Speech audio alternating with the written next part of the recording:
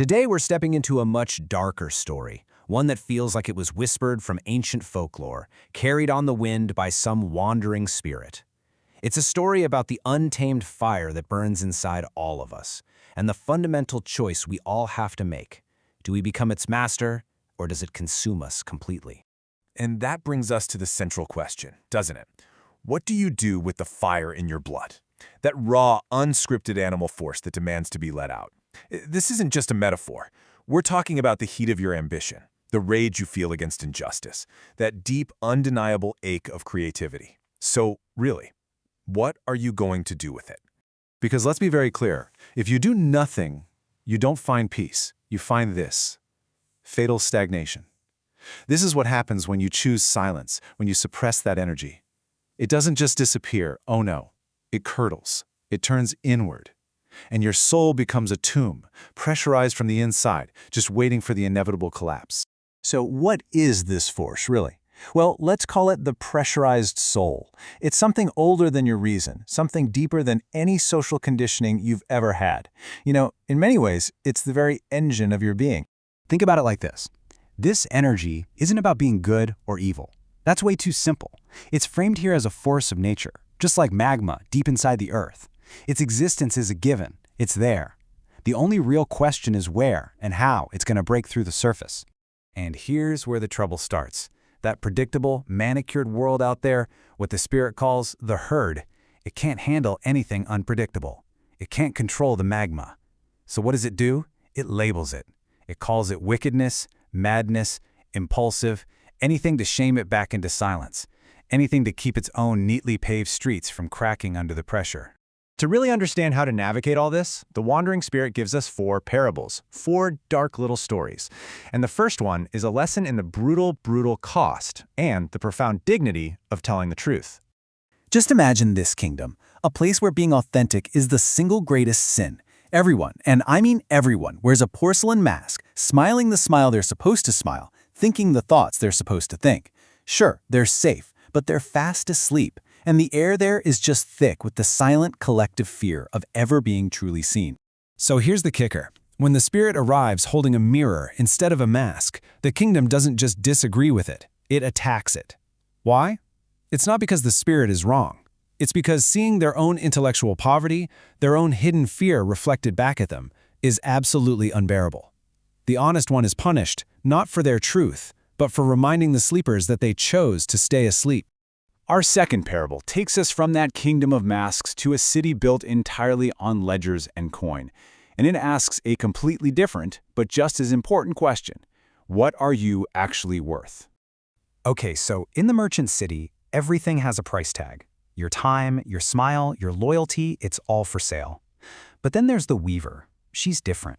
She creates these beautiful tapestries out of moonlight and smoke, things with absolutely no market value, things of profound purposelessness.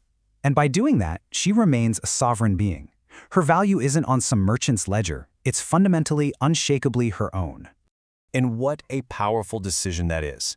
She refuses to become a merchant of existence. She gets it. She understands that trading your internal fire, your time, your very soul for the simple promise of security is the worst bargain you could ever make.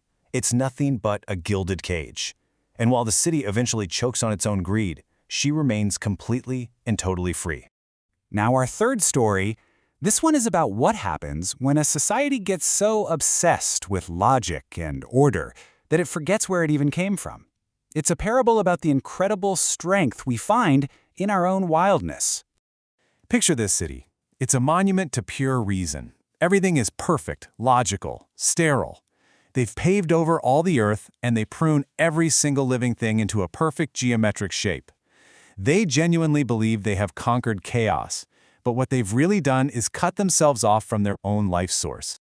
So, of course, when the great drought finally comes, all those perfect, shallow-rooted cute trees just wither and die. And who survives? It's the weeds, the disruptive, the untamed spirits who kept their roots deep in the dark, ancient soil. It just goes to show you, the very forces that society tries so hard to stamp out are actually its essential insurance policy against its own fragility. And that brings us to the final and most important parable. This is where it all comes together. This is about what you choose to build with that fire in your blood. Just look at this. The choice is laid bare, right here. On one side, you have suppression. You treat your own energy like an enemy that has to be controlled. You hide behind what the Spirit calls the vanity of silence, pretending you're pure and still. But we know where that road leads, to that pressurized tomb we talked about. But on the other side, expression. The fire becomes a creative flame. That chaotic energy becomes a chisel against stone. And your life becomes a carved destiny.